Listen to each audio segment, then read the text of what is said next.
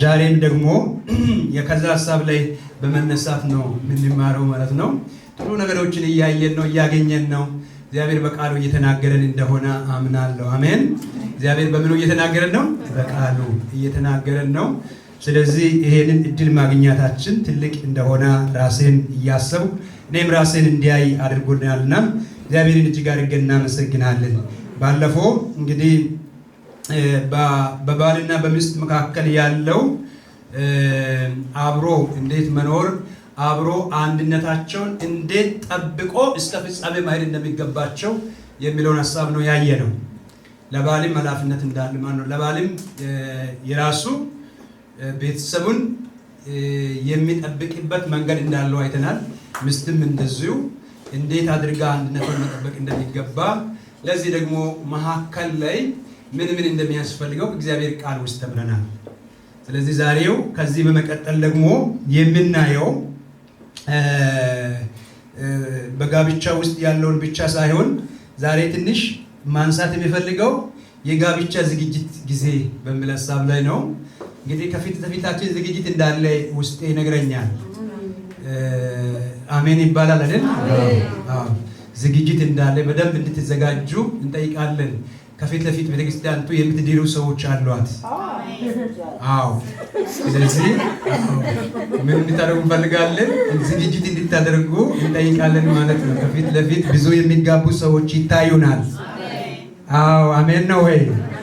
ምናልባት ዳመና ላይኖር ይችላል፣ ዝናብም ላይታይ ይችላል፣ ነፋስም ላይሰማን ይችላል። ግን አለ። ቤተክርስቲያን እስካለች ድረስ ምን አለ? እምነት ነው ይሄ። አስደናቂ የሆኑ ሰርጎች ከፊት ለፊት ይጠብቁናል። ዳኑት ተሰማም ያለሽ አይደል? አዎ፣ ክብር ለጌታ ይሁን። ስለዚህ እንዳለን እናምነዋለን። በዚህ ደስ ብሎን እግዚአብሔርን ሐሳብ ለመካፈል እንዘጋጃለን ማለት ነው። ዝግጅትንና የእጮኝነትን በተመለከተ ነው ዛሬ ማንሳት የሚፈልገው እና ከዚህ በኋላ ከሙን በፊት እንግዲህ ጋብቻ ውስጥ ላሉ ሰዎች ብቻ ነው ያነሳሁት። አሁን ደግሞ እጮኝነትስ እንዴት ነው የሚያዘው የሚለውን ከዚህ በኋላ ለምትይዙት ለምታገቡት ነው ያገባችሁት። ለእናንተ የእጮኝነት እድል የላችሁም። እድላችሁን ተቀብለናል። ግን አንድ እጮኛ ብቻ የምንጠብቀው አለ፣ የሚመጣን የምናገኘው እውነተኛ ሪል የሆነ እሱ አለ። እሱን በምንጠብቅበት መንገድ ደግሞ የዛኛው ጥላ የሆነውን በምድር ላይ ደግሞ የምናገኘውን የእሱን ዝርዝሮችን እንመለከታለን።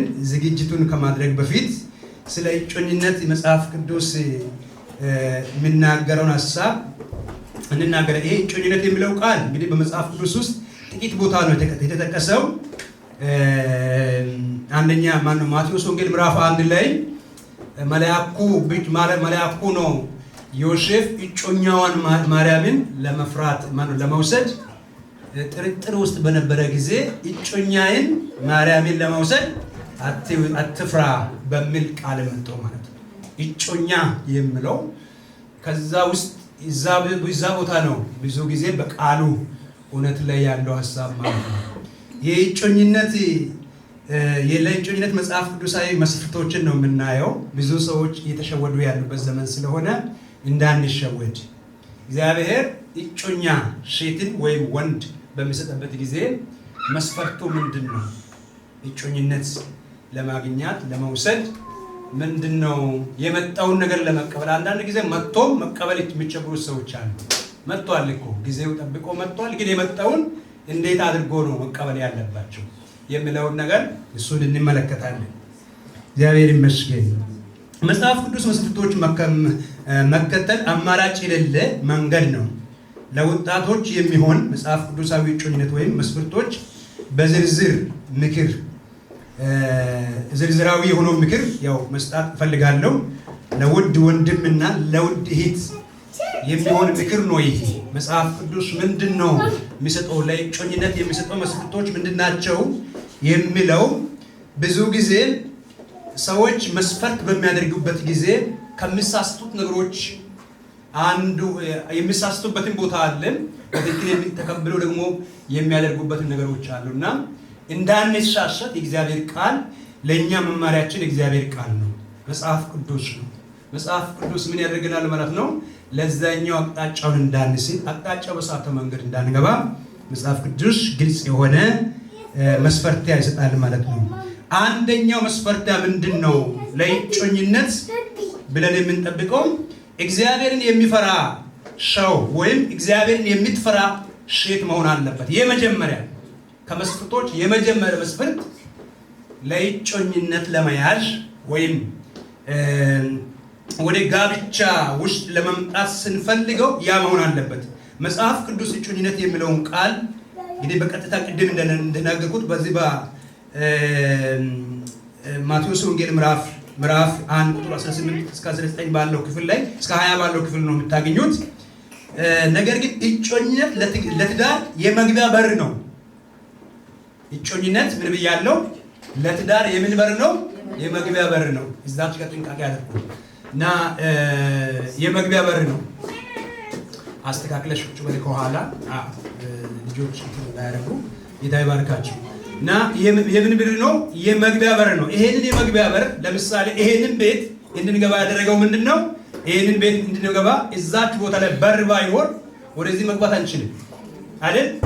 የዚች ቤት መግቢያ በር እዛው ነው። ሁላችንም የመገበነው ወደ ጋብቻም ደግሞ ለመግባት የመግቢያው በር እጮኝነት ነው። ይሄንን እጮኝነት ስናደርገው ምንድነው ማድረግ የሚያስፈልገው? የመጀመሪያ መስፈርታችን መጽሐፍ ቅዱስ እግዚአብሔርን የሚፈራ ሰው መሆን አለበት። እግዚአብሔርን የማይፈራ ሰው ከሆነ ለአንቺም ለአንተም ስፍራ አይኖርም። እስቲ ከመጽሐፍ ቅዱስ እንየው። ቅድም ባነበብነው ክፍል ላይ ምንድነው ብለው? እግዚአብሔርን የሚፈሩ ሁሉ በመንገዶቹም የሚሄዱ ምኖች ናቸው? ምስጉኖች ናቸው። እግዚአብሔርን የሚፈራ መሆን አለበት። የሚፈራ መሆን አለበት። ፈሪያ እግዚአብሔር የሌላ ከሆነ ምን ሊሆን አይችልም ካላችሁ፣ እንግዲህ ባለፈው በግልጽ አይተነዋል። ምንድነው ያየነው ካላችሁ፣ ምንድነው ያየነው? ትዳር የእግዚአብሔር ተቋም ነው ብለናል። ትልቁ የእግዚአብሔር ተቋም ነው። ይሄንን ተቋም ልክ ፈሪያ እግዚአብሔር ከሌለ ያን ተቋም እንደቀላል አድርጎ ነው ማየት ብቻ። ስለዚህ እንደዛ እንደሆነ የመጀመሪያ እግዚአብሔርን የሚፈራ ወይም የምትፈራ መሆን አለበት። ምን ያህል እግዚአብሔርን ትፈራለች፣ ምን ያህል እግዚአብሔርን ይፈራል የሚል ልብ ሊኖረው ያስፈልጋታል ማለት ነው። ምሳሌ መጽሐፍ ላይ ምሳሌ መጽሐፍ ምዕራፍ 31 ላይ አንድ በጣም የሚገርም ሐሳብ አለ። እሱን ክፍል እንየውና እንመለከታለን።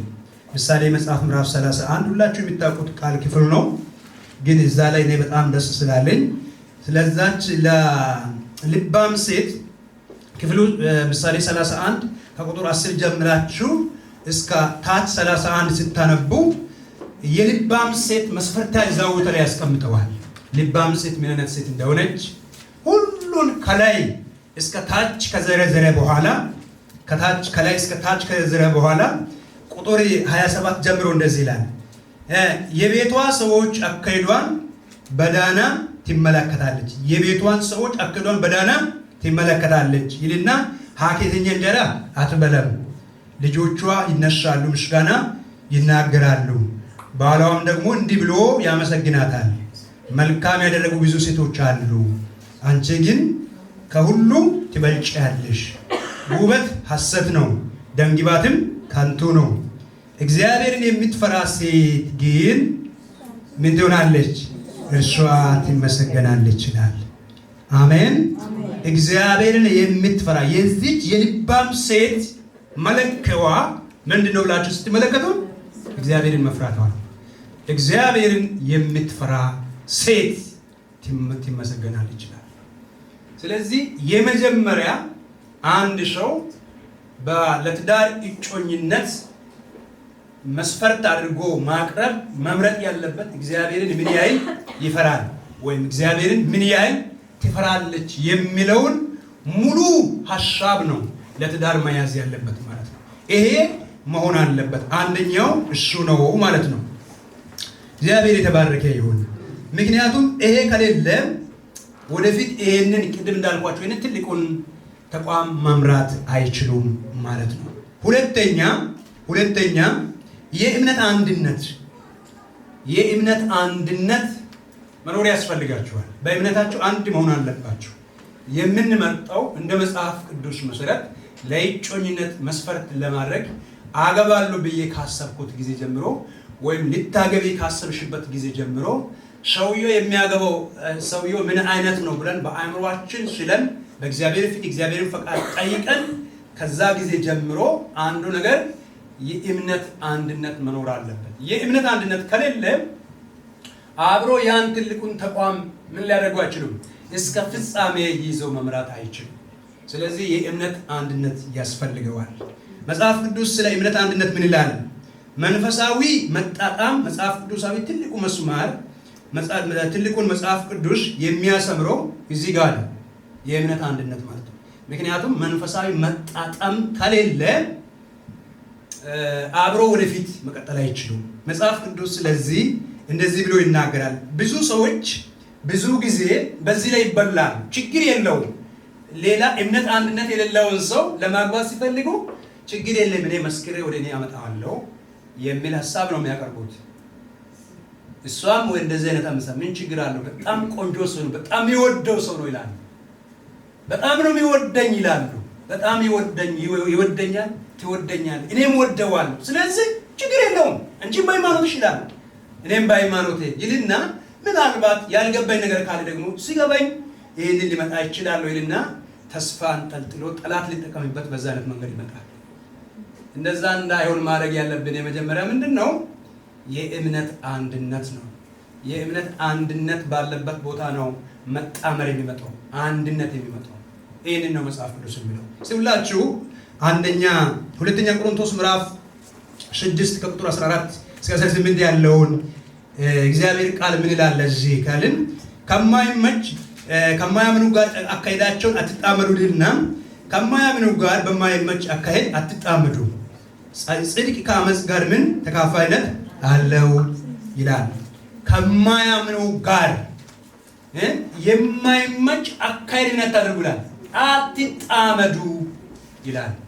አለመጣመድ እንግዲህ የማይመች አካሄድ የሚለው የመጀመሪያ የህይወት አካሄድ የሚሰራበትም የሚበላበሽበትም ቦታ እዛ ቦታ ስለሆነ አትጣመዱ ይላል።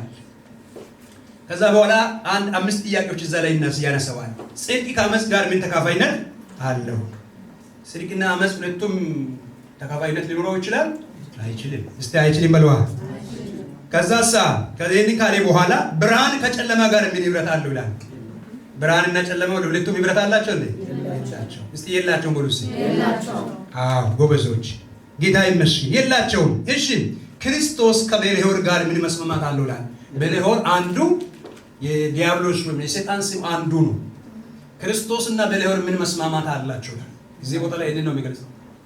ህብረት አለው እንዴ? የለውም። እስቲ የለውም በሉ እንደገና። አዎ ምንም የለውም። እሺ ከዛ የሚያምን ከማያምን ጋር ምን ክፍል አለው ይላል። የሚያምን ከማያምን ጋር ምን ክፍል አለው ይላል። አለው እንደ ክፍል የለም። እስቲ የለውም በለው በደምብ። አዎ የለውም። እሺ ከዛሳ ለእግዚአብሔር ቤተ መቅደስ ከጣዖት ጋር ምን መጋጠም አለው ይጠይቃል እኮ። ለእግዚአብሔር ቤተ መቅደስ ከጣዖት ጋር መጋጠም አለው እንዴ? እስቲ በሉልኛ። አዎ በደንብ እያሳመራችሁልኝ እንድትሉ ፈልጌ ነው። ሌላሳ እኛ የሕያው እግዚአብሔር ቤተ መቅደስ ነንና እንዲሁም እግዚአብሔር ተናገረ እንዲህ ሲል፣ ተናጋሪ ማን ነው? እግዚአብሔር ነው። እስቲ እግዚአብሔር ነው በሉ። እስቲ አንድ ጊዜ እግዚአብሔር ነው። በእርሱ እኖራለሁ፣ በመካከላቸው ይመላለሳለሁ፣ አምላካቸው ይሆናለሁ፣ እነሱ ሕዝቤ ይሆናሉ። ስለዚህ ጌታ ከመካከላቸው ውጡና የተለያችሁ ነው፣ ርኩሱን አትንኩ ይላል። ሁሉን የሚገዛ ጌታ እኔ የሚቀበላችኋለሁ፣ ለእናንተም አባት ይሆናለሁ፣ እናንተም ለእኔ ወንድ ልጆቼና ሴት ልጆቼ ትሆናላችሁ ይላል። ስለዚህ እርኩስ ነገር ነው የምለው።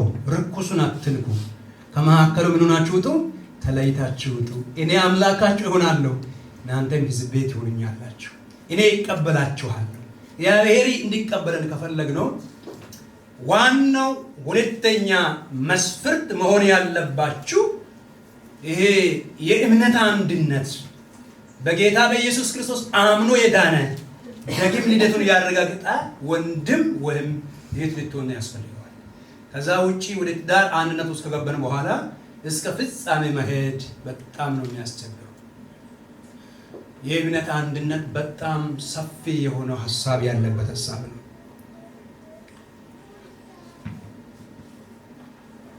ምክንያቱም እምነት የህይወት መሰረት ነው። እምነት የህይወት ምንድነው? መሰረት ነው። የሚታፈቅረው ወይም የሚታፈቅሪ ሰው ስለ ጌታ ወይም ስለ ቤተ ክርስቲያን ስለ መንፈሳዊ ህይወት ያለው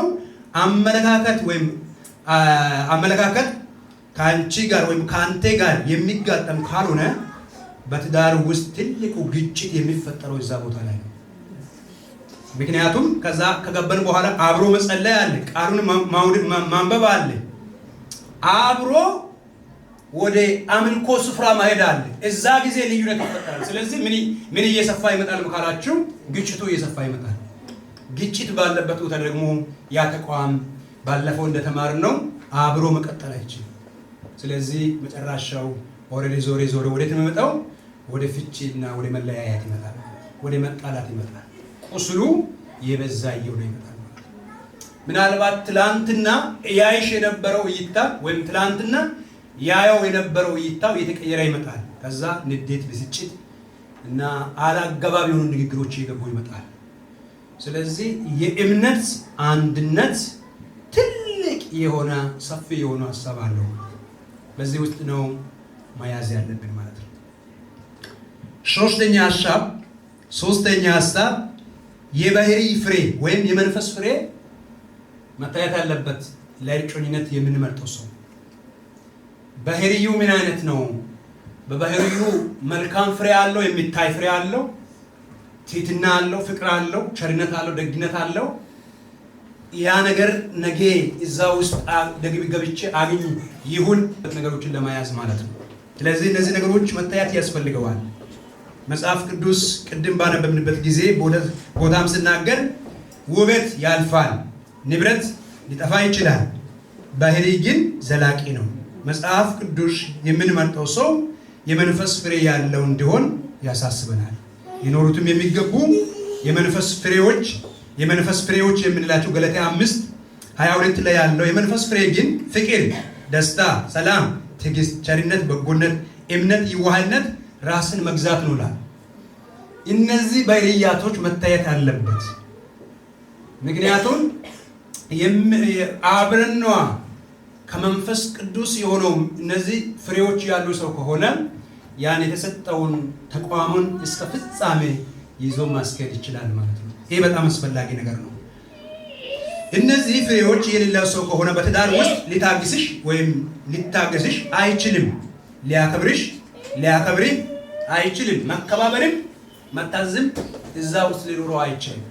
ስለዚህ ምን ማድረግ ያስፈልገዋል ማለት ነው? የመንፈስ ፍሬ ሲኖር ነው እግዚአብሔር የሰጠውን ነገር ማክበር የሚጀምረው። እግዚአብሔር የሰጣትን ነገር ምን ልታደርግ የምትችለው ማክበር የምትችለው። አለዛ ግን መከባበርም አይኖረውም፣ ፍቅርም አይኖርም። የመንፈስ ቅዱስ ፍሬ ያለው ጥሩ የባህሪ በእግዚአብሔር ቃል በመንፈስ ቅዱስ ሐሳብ ምን የሆነ መሆን አለበት? የታነጸ ባህሪ ያለው መሆን አለበት። ይህንን መጽሐፍ ቅዱስ በግልጽ ይነግረናል ማለት ነው። ሌላው አራተኛ የመስጣትና የመስዋዕትነት ዝግጅት ያለው መሆን አለበት። የመስጣትና የመሰጣት የመስዋዕትነት ዝግጅት ያለ ሰው መሆን አለበት። ሁለቱም ለዛ ለሚቀበሉት ቤት ለተባለው እግዚአብሔር ላቋቋመው ነገር ምን ለማድረግ ማለት ነው? እግዚአብሔር ያ የሰጠውን ነገር አብሮ ይዞ ወደፊት ሊያስኬዱ በሚችል መንገድ ሊይዙ መቅረብ አለባቸው። ስለዚህ ሁለቱም ውስጥ ላይ አንድ መልካም እሱ ለእሷ የተሰጠ እንዲሆን እሷ ደግሞ ለእሱ የተሰጠች እንድትሆን ያስፈልገዋል። ይህም ደግሞ ከምንድን ነው? መጽሐፍ ቅዱስ ስለ ፍቅር ምን አገኛለሁ ሳይል ምን ይሰጣለሁ የሚል ነው መጽሐፍ ቅዱስ የፍቅር ትርጉም። ምን አገኛለሁ?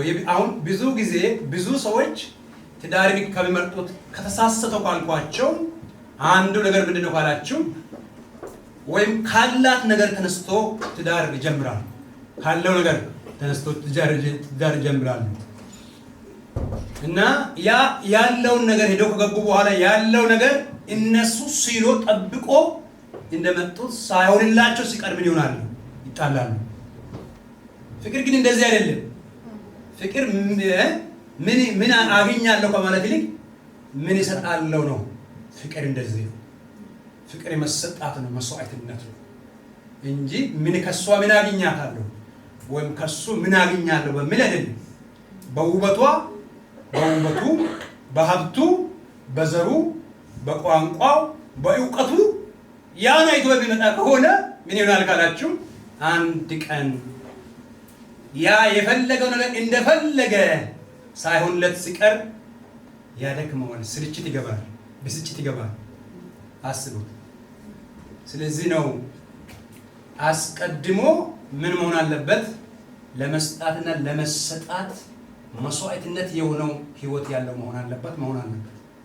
ይሄን ነው መጽሐፍ ቅዱስ የሚነግረን ማለት ነው። ባለፈው ምን ብለናል? ለወንዶች ክርስቶስ ለቤተ ክርስቲያን ራሱን አሳልፎ እንደሰጠ አጋሩን የሚወድ መሆን እንዳለበት ባለፈው ሰፊ አይተናል። ኤፌሶን ላይ ባሎች ክርስቶስ ደግሞ ቤተ ክርስቲያን እንደወደደ ሚስቶቻቸውን ምን አድርጉ ብለዋል? ውደዱ ብለዋል። የመውደድን ሐሳብ ነው። አሁን ይሄ ፍቅር ከመሰጣት ነው፣ ከመስዋዕትነት ነው እንጂ በአፍ ላይ ብቻ የተመሰረተ አይደለም። ወይ በሀብቱ ላይ ወይ በሀብቷ ላይ ወይ በእውቀቱ ላይ ወይ በዙሩ ላይ ወይም በእንትና ድሮ ምን ይላል የሆነ አነስ ያለው ቤተበከው ነው በሆነው በእንትን ባለው ላይ ተጣጋ የሚባል ነገር አባባል አለ። ግን አዛብቼ ይሁን አላወቁትም። እስቲ በሉልኝ በደምብ እንደዛ ነገር አይሰራም። በትዳር እሱ ተብሎ አልተጻፈም። ነገር የሰው አባባል የሰው አባባል ነው።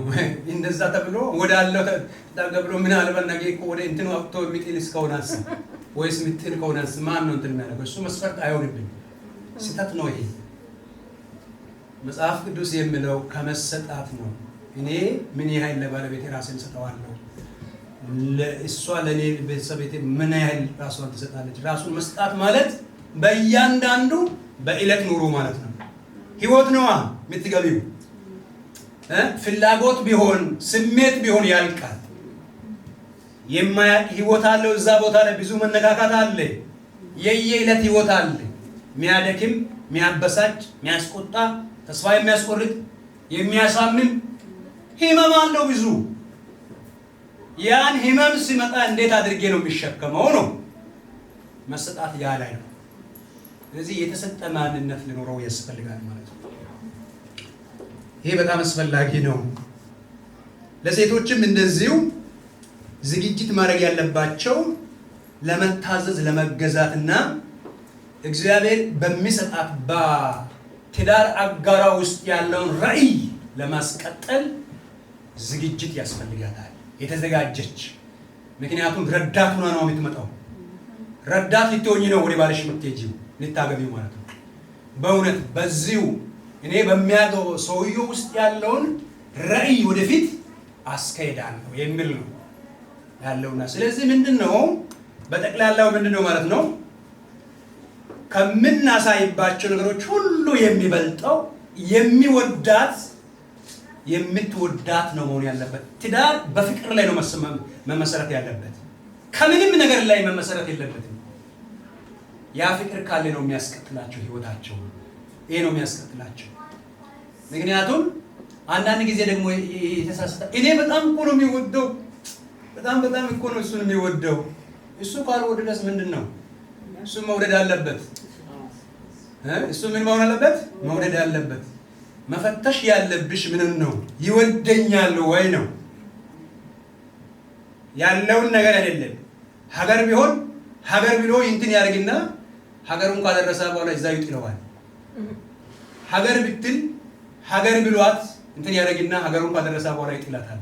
ገንዘብ ብሎ ከመጣ ገንዘቡ ለእንትን ከሆነ በኋላ ቤት ብሎ መኪና ብሎስ ዘር ቋንቋ እውቀት ብሎ የመጣሳ ያን ከደረሰ በኋላ ጣል ያደርጋል። ፍቅር ግን ጣል የሚደረግ አይደለም። ፍቅር ዘላቂነት አለው። እስከ ህይወት መስዋዕትነት ድረስ የሚያስኬደው ፍቅር ነው። ይወደኛል ወይ ነው መጠየቅ ጥያቄው። ይወደኛል እውነት ከልቡ ይወደኛል? ከልቧ ትወደኛለች ወይ? ያን ነው መስፈርት አድርጎ ከመንፈስ ቅዱስ ምሪት ተቀብሎ ማየት ያለበት እሱ ነው። እንዳትሳሳቱ እህቶቼ፣ እሱን ቼክ አድርጉት። ገንዘቡን ቼክ አታድርጉት ወንድሞች። ገንዘቧን፣ እውቀቷን፣ ሌላ ነገሯን የዘር ሐረጎቿን አትቁጠሩት። እሱም ይቀራል። ግን የማይቀረው ፍቅሩን ነው። ውስጡ ላይ እግዚአብሔር መፍራት በልቡ ውስጥ አለው። ይወደኛል፣ የእምነት አንድነት አለው የሚሉትን እነዚህ ነገሮችን ነው በደንብ አድርገን ምን ማድረግ ያስብ ቼክ ማድረግ ያለብን። አምስተኛ የንጽህና ህይወት። የንጽህና ህይወት ማለት የቅድስና ህይወት ያለው መሆን አለበት፣ ያላት መሆን አለባት። ንጹህ ነው። ይሄ ንጽህና የሚለው የልብስ ንጽህና አይደለም። የአእምሮ፣ የህልና፣ የቅድስና ንጽህና እሱ በጣም ያስፈልገዋል። ባለፈው እንዳየነው ጋብቻ ምንድነው ብለው ነበር? መጋባት በሁሉ ዘንድ ምንድነው? ክቡር ነው። መኝታው ምንድነው? ነው ያለው መጽሐፍ ቅዱስ። ስለዚህ እጮኝነት የስጋ ግንኙነትን መለማመጃ ሳይሆን እርስ በርስ መታወቂያ መከባበሪያ ቦታ ነው። ምክንያቱም አንዳንድ ጊዜ ይሄ ንጽህና በሌለበት መንገድና አካሄድ በምንሄድበት ጊዜ ከጋብቻ በፊት ሰዎች አሁን በዚህ ዘመን እንኳን እየበዛ ያለው ምንድነው? ለጋብቻ እንዲህ ከማድረግ ይልቅ አስቀድሞ ራሳቸውን ይፈታተሻሉ። የእጮኝነት ጊዜ አንዱ ለአንዱ የማይገባውን የሚያደርግበት አይደለም። ሚስትም እጮኛት ሴት የእጮኛዋን ቅድስናዋን የሚጠብቅበት ቦታ ነው። እሱም ቅድስናውን የሚጠብቅበት ቦታ ነው። ከጋብቻ በፊት የምንቃለድበት ቦታ አይደለም።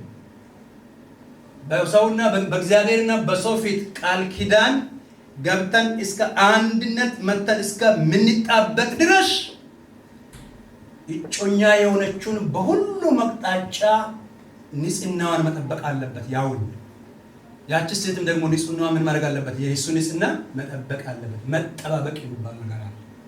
ለዚህ በጣም ጥሩ ምሳሌ ማን ነው? ዮሴፍ ነው። ዮሴፍ ማንን ይጠብቃት ነበር? ማርያምን ይጠብቃት ነበር። እንኳን ጸንሳ በመንፈስ ቅዱስ ጸንሳ ባገኘች ጊዜ ጻድቅ ሆኖ ሊገኝ ይላል። ጻድቅ ሆኖ ሊገኝ ምንድነው የሆነው? ማርያምን ለመምሰል ወደ ኋላ እንትስሸሽ መልአክ ነው ምን አላት? ተገልጦላት እንደዚህ ያለ እጮኛዬን ማርያምን ለመውሰድ አትፍራ፣ እሷ የተጸነችው ከምንድን ነው? ከመንፈስ ቅዱስ ነው ብሎ እዛ ቦታ ለማረጋገጫ ሰጣት። መረጋገጫ ከሰጣ በኋላ ወዲያውኑ እጮኛውን ለማግኘት ለመውሰድ ወደ ያላለ ነው። ስለዚህ የንጽህና ቦታ ነው። በዚህ ዘመን ያለው ደግሞ ተቃራኒ ነው እየሆነ ያለው። እጮኝነት ደግሞ የምናገኝባቸው መንገዶችና አቅጣጫዎች አሉ። ዛሬ ብዙ መንገዶች አሉ። በመንገድ ለመገናኘት ይቻላል። በኦንላይን ለመገናኘት ይቻላል። ትምህርት ቤት መገናኘት ይቻላል።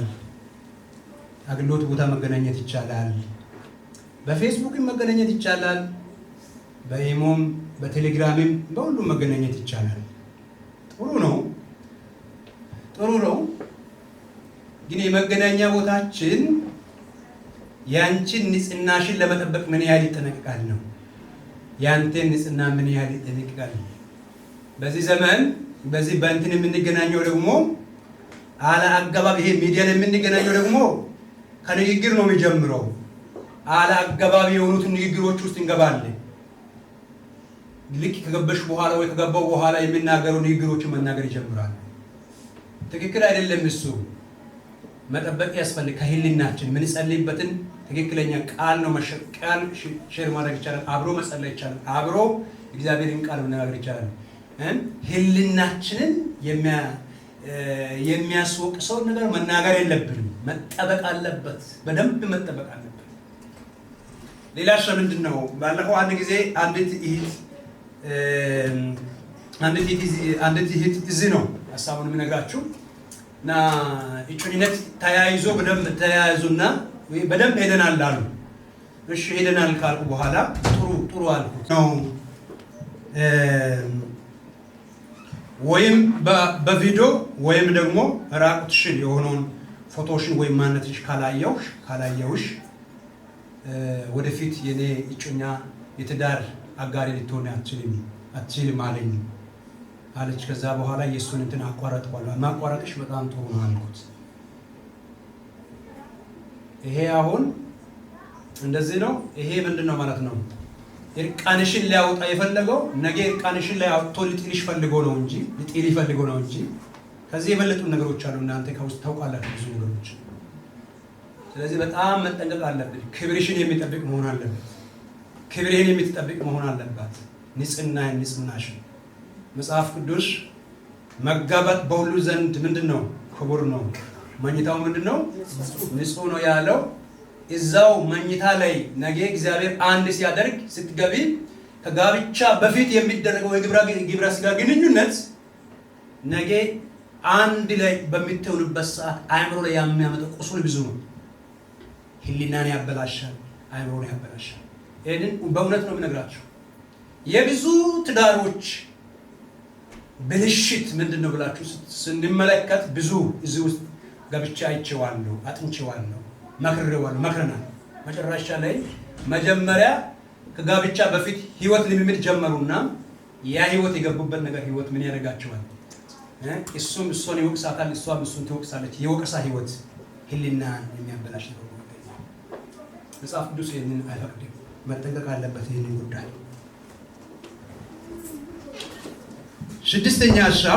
ስድስተኛ መስፈርት የሚሆን ብዬ የሚያስበው የቤተሰብ የመንፈሳዊ አባቶች ምክር ያስፈልጋል። የቤተሰብና የመንፈሳዊ አባቶች ምክር ያስፈልጋል። አንድን ነገር እንትን ካረጉ በኋላ እግዚአብሔር በልቦ ውስጥ ወይም በልቡ ውስጥ ካስቀመጠ በኋላ ምን ማድረግ አለበት? ቀጥታ ወደ ለቤተሰቦች ማሳወቅ ያስፈልጋል። አንድ እሱ። ሁለተኛ የቤተክርስቲያን አባቶች አሉ። የቤተክርስቲያን ሽማግሌዎች ይሆናሉ፣ መሪ ወይ እረኞች ካሉ በፍቅር ቀርቦ እውነቱን እንደዚህ አይነት ምን ጀምሬዋል፣ እንደዚህ አይነት የጋብቻ ለመጣመር ወደፊት አስባለሁ፣ ለዚህ ደግሞ እግዚአብሔር ጓደኛ ሰጥቶኛል፣ እጮኛ ሰጥቶኛል፣ ምን ትመክራለህ ብሎ ምክር ለመቀበል ዝግጁ የሆነ ልብና አእምሮ ኖር ያስፈልጋል። ይሄ ደግሞ ጥሩ ነው የሚሆነው፣ አይጎዳም፣ ይጠቅማል። እስቲ ይጠቅማል በለዋ። ኧረ በደምብ ምን ያደርጋል? ይጠቅማል። ስለዚህ መጽሐፍ ቅዱስ በምክር የሚያበረታታ ማንነት እንዲኖረን ያስፈልጋል። መጽሐፍ ቅዱስ ለዚህ በምክር ያለው ሀሳብን ስናገር ለእኔም ለእናንተም ጠቃሚ የሚሆንበት እንደሆነ አይነግረን። ምሳሌ መጽሐፍ 11:14 ላይ በምክር መሪዎች ሀገርን ምን ያደርጋሉ? ያቆማሉ። ምክር የሌላ መሪ ከሆነ ደግሞ ምን ይሆናል ይላል? ሀገርን ያወድቃል፣ ይጥለዋል። መሪነቱን ያለ አገባብ ጥሩ መካሪዎች ያሉት ሰዎች ውጤታማ የሆነውን አመራር ነው ለህዝቡ የሚሰጡት። ስለዚህ መካሪዎች ሊኖሩን ያስፈልገዋል። ይሄንን ደግሞ ስናደርግ ለቤተሰብም ለአባት ለእናት ትክክለኛ እውነተኛ የሆነ ምክርን በሚቀበል ልብ ሁሉን ነገር ከፈጸምን በኋላ መጨረሻ ለደርሰን ከዛ በኋላ አምጥተን አይደለም፣ ነገሩ ገና በመጀመር ላይ ያለ ምክርን ማቅረብ ያስፈልጋል። ለቤተክርስቲያን መሪዎችም እኔ እዚህ ምድር ላይ ከነበረኝ ጊዜ ጀምሮ በጣም በጣም ሰዎች ከተጎዱበት ነገሮች ምንድነው? ሁሉ ነገር ከጨረሱ በኋላ ወይም ከፈጸሙ በኋላ አምጥቶ ነው የሚያሳውቁ እና ከዛ በኋላ ያን እነሱ እንዳፋጠኑትም ደግሞ መጨረሻ ላይ ደግሞ ያ ነገር ሳይቀጥል አይተን እናዝነዋለን። ልባችን በጣም ይስብር ይላል። አብሮን እዚህ በልቶ አብሮን ከኛ ጋር አሳልፎ አብሮን እንትን ከሆኑ በኋላ በቃ ሄዶ ተጋጭቶ ከደሙ በኋላ ነው አምጥቶንም ነው። ይሄ አይጠቅማችሁም። ጉዳቱ የእናንተ ነው የሚሆነው። ቀደም ብላችሁ ቀደም ብለን ብንመከር በጣም እኔና ባለቤቴ እዚህ ያለች በድፍረት መናገር የምችልበት እሷን በድፍረት መመስከር የምችልበት ጌታ ወደ ትዳር ሐሳብ እየጸለይኩ ቆይቻለሁ። ብዙ ጊዜ ነው የጸለይኩት። ከዛ በኋላ ባለቤቴን ለእጮኝነት ጠየቅኳት። ከጠየቅ በኋላ ያቀረብኩላትን ጥያቄ ተቀበለችኝ። ከተቀበለች በኋላ 5 ወር ያህል እኔና እሷ ያን እየፈተሽን ቆየን። በኋላ የቤተክርስቲያን መሪያችን ለመጋቢያችን አምጥተን እዛ 5 ወር መካከል ማንም እኔንም አያውቀኝም እሷንም አታውቀው። ምክንያቱም መጠንቀቅ ስላለብን በደንብ በጥንቃቄ አድርገንበት ነው የያዝነው እና አንድ የእግዚአብሔር ቃል በሚመረን መንገድ፣ ሁለተኛ ደግሞ እዚህ ለምናገለግለውም ህዝብ በብዙ ጥንቃቄ አደረግንና ኢቭን እንኳን በዛ 5 ወር በጣም ጓደኛዬ ነው ፓስተር ዳንኤል፣ ጓደኛው አብረን ነው የምንወጣው፣ አብረን ነው የምንገባው እና ከ5 ወር በኋላ ሲያሳውቀው እንደዚህ አይነት ሐሳብ አለኝ ብዬ ካልኩ በኋላ ዘለለው እና ከዛ በኋላ 2 ቀን ንገረኝ እያለ ማን ነው እያለ እየለመነ እባክህ ማን ነው ቸርች ላይ ዛሬ ብዙ እህቶች ናቸው የነበሩት በቤተክርስቲያናችን መካከል ማን ትሆናለች ብለህ ትገምታለህ? 2 ቀን ነው እንትን ያደረኩት። ከዛ እሱም አብሮኝ ከኔ ጋር አብሮ የሚያገለግሉት ከሌት ትሆናለች ከሌ ብዙ ሰዎችን አለኝ። ከዛ በኋላ እሺ ንገረኝ ካልከው እኔ እናንተ ቸርች እንደር አልኩት። እዚህ አምጥቼ አሳድሬ ነው የነገርኩት። አስቡ፣ ያ ነው አቋም። የሆነ ነፋስ ላይ የሚወጣ መሆን የለበትም። በደንብ አድርጌ እሱ በደንብ ይዤው እዚህ ቦታ አሳድሬ እሱንም ስንትና ከስንት እንትን በኋላ ነው ነገርኩት። ምስጢር ነው። እስቲ ምስጢር ነው በለዋ። ዛሬ ንግግር ሳይኖር እንትን ላይ ነው የምናገኘው። መሆን የለበትም። ይጎዳሻል። ብዙ አይነት ነገር ነው የሚመጣው። ብዙ አይነት ማይበል ነው የሚመጣው። ብዙ የማይገባውን ነገሮች ጠላት አታክ ያደርጋል። እንደዛ እንዳይሆን በጣም መጠንቀቁ ጥሩ ነው። ይጠቅማችኋል። ከዛ በኋላ መጨረሻ ላይ ነገርኩት። ከነገርኩት በኋላ ንገርማችሁ ነገር ከነገርኩ በኋላ እሱ ያቀረባቸውን ሁሉ እሱ በጣም ስለሚወደኝ በቃ ያን ሁሉ ዘረዘረኝ እና ጌታ ይባርከው እና ከዛ በኋላ ነገርኩት። ከነገርኩ በኋላ ከሰማ በኋላ እንዴት መንፈስ ቅዱስ ወዲያውኑ ወደ ጸሎት ቀየረውና ከ1 ሰዓት በላይ ነው ጸለየልኝ። ትንቢት ተናገረ። እግዚአብሔር አናገረው በጣም በሚገርም ሁኔታ። ዛሬ የምንኖርበትን ህይወት ምን አይነት ልጆች እንደሚወለዱ እዛው ቀን እግዚአብሔር በሱ ተናገረኝ። አሜን ብዬ አንድ ምልክት ከሱ ተቀበልኩት። እግዚአብሔር ይመስገን። በጣም ምክርን መቀበል በጣም ጥሩ ነው ልላችሁ ፈልጌ ነው። እነዚህ 6ቱ መንገዶች አንድ በጋብቻ ውስጥ የጋብቻን እጮኝነት ለሚይዙ ሰዎች እነዚህ 6ቱን መንገዶች ለያዙ ሰዎች ምንም አይነት በጋብቻ ውስጥ ማጣት ሊኖር ይችላል። የማይገቡ ነገሮች ሊኖሩ ይችላሉ። ነገር ግን በፍቅር ላይ የተመሰረተ እግዚአብሔርን በመፍራት ላይ የተመሰረተ በእምነት አንድነት ላይ የተመሰረተ ከሆነ እስከ ፍጻሜ የጸና ትዳር ይሆናል። እግዚአብሔር አብሮት ስላለ ማለት ነው። አሜን ነው ወይ? እስቲ እግዚአብሔር አብሮት ስላለ ነው ብሉት። እስቲ ሃሌሉያ። ማን አብሮት ስላለ? እግዚአብሔር አብሮት ስላለ። ይሄ እንዲሆንላችሁ ነው የሚፈልገው እህቶችና ወንድሞቼ። ወይ በየትኛው አቅጣጫ ተገናኙ፣ በፌስቡክም ተገናኙ፣ በየትም በመንገድ ዳርም ተገናኙ፣ ትምህርት ቤት፣ በስራ መስክ፣ በየትኛው ቦታ ግን ተገናኙ። የመጀመሪያ መስፈራችሁ እግዚአብሔርን ይፈራል ወይ ትፈራለች ወይ የሚለውን ነገር እሱን በደንብ አድርጋችሁ አጥኑት። እነዚህ ነገሮች በጣም ይጠቅሟችኋል። ሌላው የሚያነሳው ለእጮኝነት የሚደረግ ቅድመ ዝግጅት። እስቲ ለእጮኝነት የሚደረግ ቅድመ ዝግጅት በሉት እስቲ በሉ እንደገና ለእጮኝነት የሚደረገው ምን ቅድመ ዝግጅት? አንደኛ ከሁሉ አስቀድሞ የትዳር ጓደኛ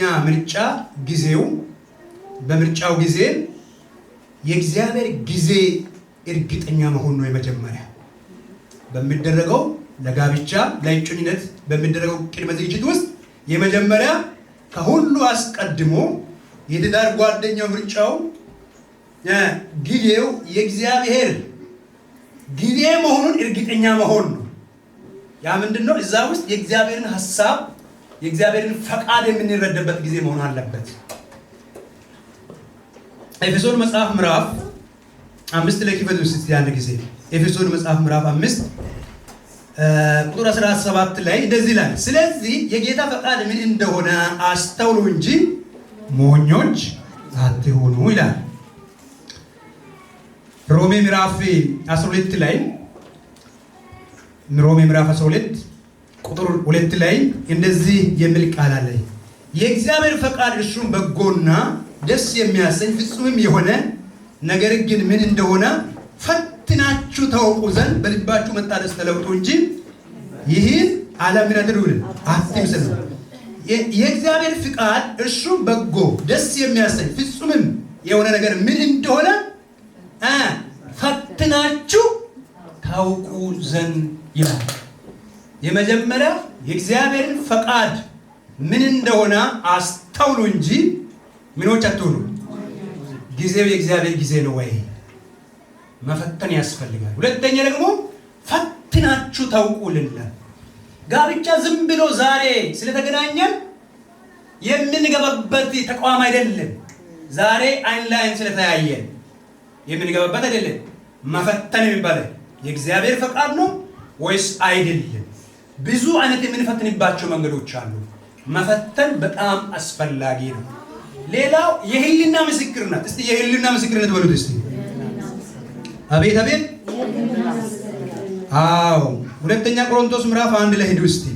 እንዴት ህሊና ይመሰክራል ካላችሁ እንደዚህ ይላል። ህሊና ምስክርነት ምዕራፍ ሁለተኛ ቆሮንቶስ ምዕራፍ 1 ቁጥር 12 ላይ ትምክህታችን ይህ ነውና በእግዚአብሔር ጸጋ እንጂ በስጋ ጥበብ ሳይሆን በእግዚአብሔር ቅድስናና ቅንነት በዚህ ዓለም ይልቅ በእናንተ ዘንድ እንደ ኖረን የህሊናችን ምስክርነት ለዋል። የህሊናችን ምን መሆን አለበት? በቅድስና በንጽህና በማን ፊት ነው ምለው? በእግዚአብሔር ቅድስና ቅንነት በዓለም ይልቁንም በእናንተ እንድኖርን የህሊናችን ምስክርነት ላይ ህሊናችን መመስከር አለበት። ወደፊት አብረን የምንሄድበት ተቋም ስለሆነ ህሊናችን በትክክል በቅድስና ይሄ ምንም ጋብቻ መጀመሪያ ሲጀመር በቅድስና በንጽህና ላይ ነው። በሱም ላይ በሷም ላይ መካከላቸው ያለው ምንድነው? ንጹህ የሆኑ አእምሮ አሳሰብ ሊኖር ያስፈልጋል። ስለዚህ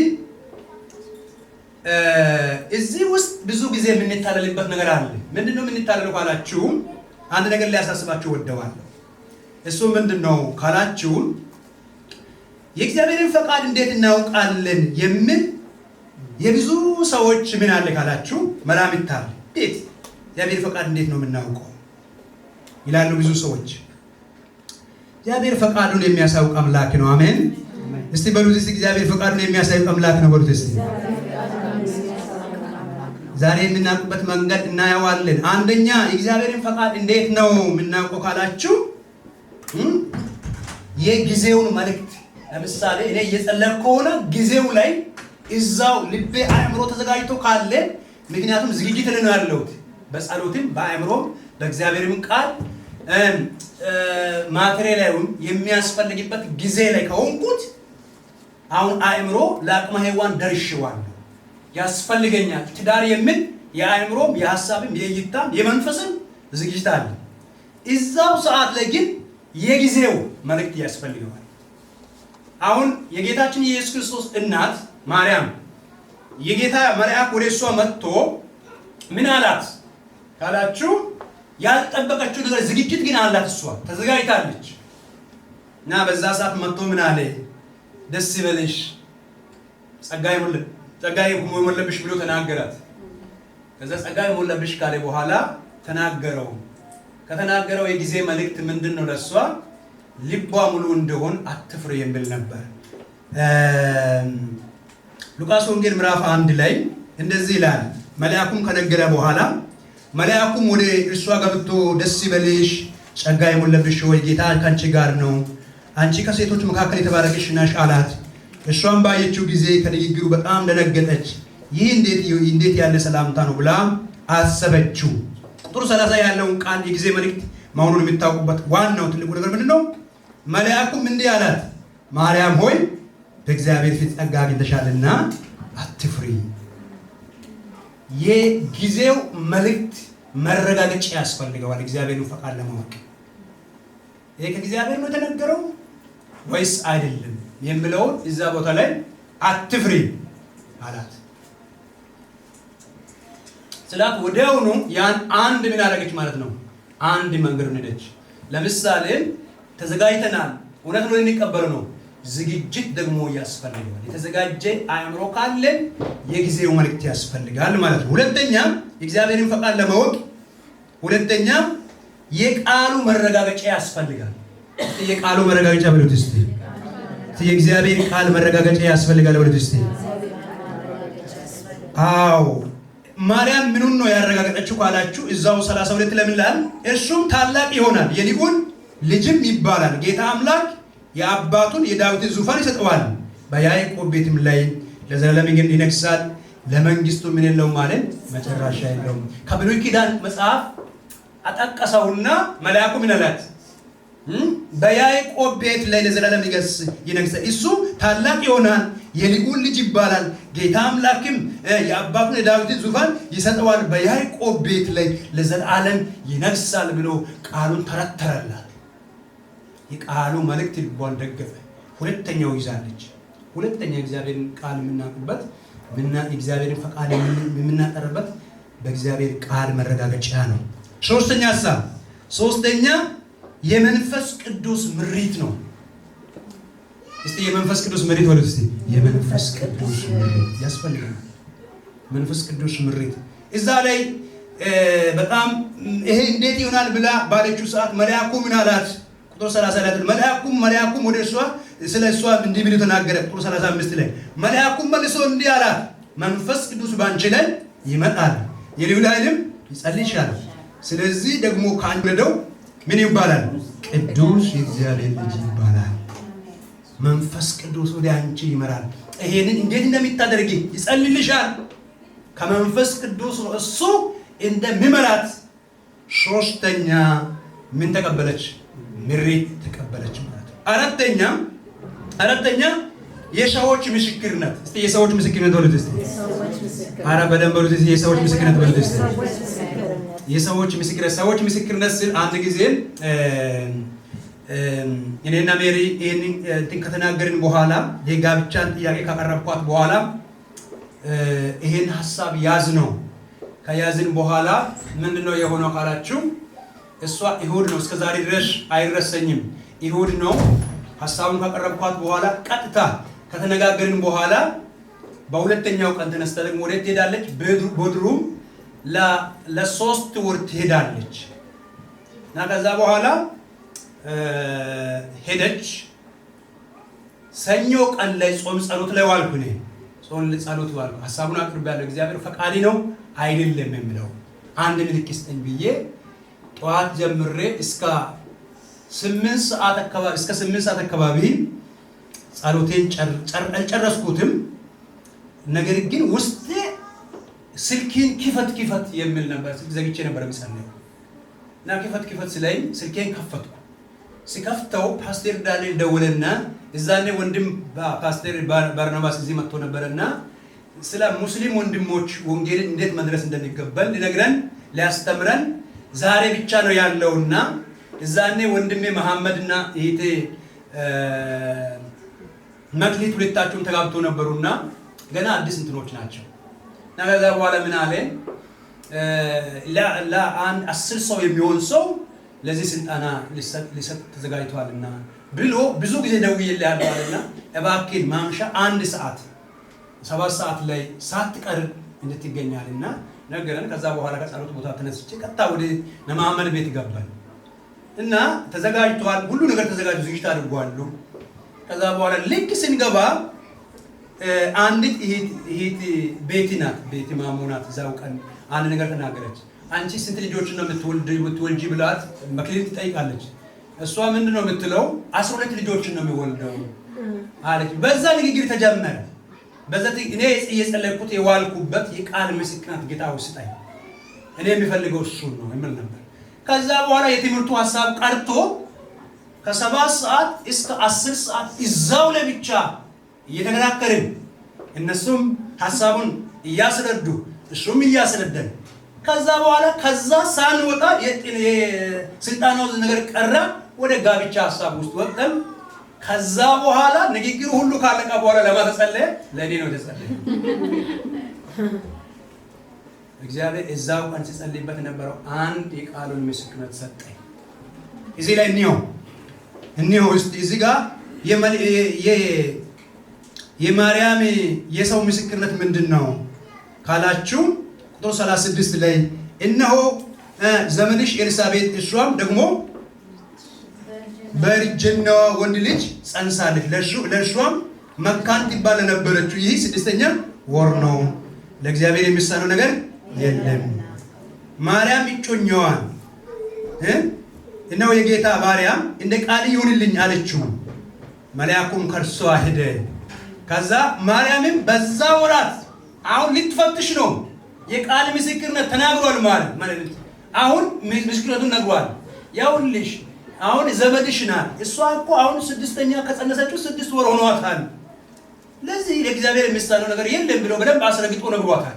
ምስክርነቱ ከነገራ በኋላ እግዚአብሔር እኮ የሚሳነው ነገር የለም ብሏል። እሷም ደግሞ ከጌታ የተነገረላት ቃል ይፈጸማል ያመነች ነፍስ ብፁዕ ነው ብላ ስትናገር ዝም ብሎ አይደለም። ከዛ ምንድነው ፈተሸችው? እንዴት አደረገችው? ቁጥር 39 ላይ ምንድነው ብለው እንደዚህ ነው ያለው። ማርያምን በዛ ወራት ተነስታ ወደ ተራራማ ሀገር ወደ ይሁዳ ከተማ ፈጥና ወጣችው። ወደ ዘካርያስ ቤት ገብታ ኤልሳቤጥን ተሳለመችው። እሺ ኤልሳቤጥም የማርያምን ሰላምታ በሰማችው ጊዜ ጽንሱ በማኅፀኗ ውስጥ ዘለለ። በኤልሳቤጥ መንፈስ ቅዱስ ሞላባት። በታላቅ ድምፅም ጮኸች እንዲህ አለችው፣ አንቺ ከሴቶች መካከል የተባረክሽ ነሽ፣ የማኅፀንሽን ፍሬ ምንድነው? የተባረከ ነው። የጌታዬ እናት ወደ እኔ ትመጪ ዘንድ እንዴት ይሆናል? እነሆ የሰላምሽን ድምፅ በጆሮ በመጣ ጊዜ ጽንሱ በማኅፀኔ በደስታ ዘለለ። ከጌታ የተነገረላት ቃል ምን ይሆናልና ይፈጸማልና ያመነች ነፍስ ብፅዕት ናት። የቃሉ ምስክርነት ትክክለኛ በሆነው መንገድ ልክ ወደ ቤቷ ስትገባ ተቀበለችው። ኤልሳቤጥ የጌታዬ እናት አለች። ለእሷ ትልቅ መረጋገጫ ነው ማለት ነው። የተነገረላት ቃል አምና ነው ይዛ ያወጣችው። መፈተሽ አለባት። ስለዚህ የጌታን ፈቃድ በእነዚህ በአራቱም መንገዶች የጊዜ መልእክት፣ የቃሉ መረጋገጫ፣ የመንፈስ ቅዱስ ምሪት፣ የሰዎች ምስክርነት ሙሉ ከሆነ እዛ ውስጥ የጌታን ፈቃድ በደንብ ፍንትል አድርገን ነው የምናውቀው። ከዛ በኋላ የመጣውን እሰይ ብሎ መቀበል ነው። ወዲህም ወዲህ መሆን አይገባም። አሜን ነው። በሎ በደንብ አንዳንዱ ሲመጣም የሚቀበልበት ነጥብ አያውቅም። ከመጣ ፈቃዱን በደንብ ከተረዳሽ በኋላ እሰይ ይሄ የራሴ ነው ብለሽ የራሴ ነው ብለህ መቀበል ነው። ሁለተኛ ለእጮኝነት የሚደረገው ዝግጅት ላይ ካየው ሐሳብ አንድ ላይ ነው እስካሁን የተናገርኩት። አካላዊ ጥንካሬ፣ ንቃት፣ በእድሜ ባሳሰብ ወዘተ ቤተሰብን ኃላፊነት ለመሸከም የሚችልበት ይችላል ወይ ትችላለች የሚለውን ማወቅ ያስፈልጋል። አካላዊ ያሳሰብ የቤተሰብ ኃላፊነት ለመቀበል ብቁ ትሆናለች ብቁ ይሆናል ወይ የሚለውን መሳብ ያስፈልጋል። ሶስተኛ በመንፈሳዊ ህይወቱ አስፈላጊ የሆነ ደረጃ ላይ ነው ያለው የሚለውንም እሱንም መፈተሽ ያስፈልጋል። በትክክል ማወቅ ምክንያቱም ህይወት ነው ገብተሽ የምትኖርበት ነው። እዛ ውስጥ ማዘን ምናምን እንዳይኖር በደንብ ይሄን ማጥራት ያስፈልጋል።